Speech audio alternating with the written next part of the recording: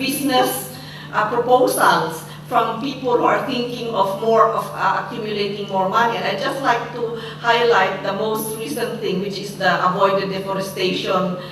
issue, the reduced emissions through deforestation and degradation, where the World Bank is wanting to play a leading role to get carbon finance from the richest countries in the world and give this give or loan this out to countries who would preserve their forests to save the emissions. But actually, if you look at the whole process, you will again see that the impact of this will be very problematic for indigenous peoples. First, because it might again lead towards a situation where indigenous peoples will be further excluded from the forest under the guise of protecting these forests, and that indigenous peoples will not benefit from any of these schemes, as we have seen in the history of the World Bank. At the end of the day, nobody benefits except the rich in your own country, and of course the consultants and the industrial people in the rich countries. So I think we have to be very critical about all these proposals coming into the convention, but also to push that they implement their commitments in the convention, not only in the Kyoto Protocol, but in the Climate Change Convention itself. So for instance, all these agrofuels are just used to feed the car tanks of the rich people, whether they are in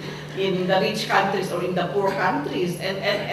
at the expense of making people go hungry, displacing them from their lands. And I think that's totally unacceptable. So our call should really be to move towards a more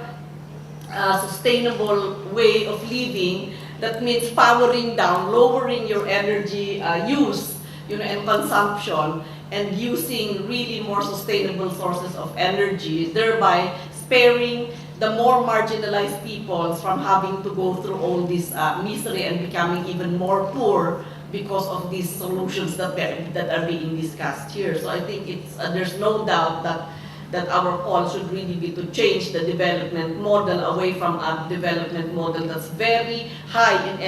energy consumption, very individualist, and very market-driven. And I think that has to be addressed, because all of the solutions we are seeing so far are market-driven solutions and not really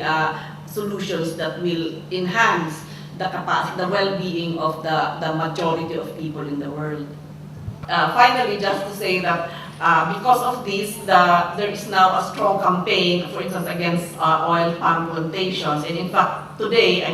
past 2 days, the International Finance Corporation is in the communities, in some communities in Kalimantan, to investigate the complaints of the indigenous peoples because of the expansion of oil palm plantations. And I think it's really important in this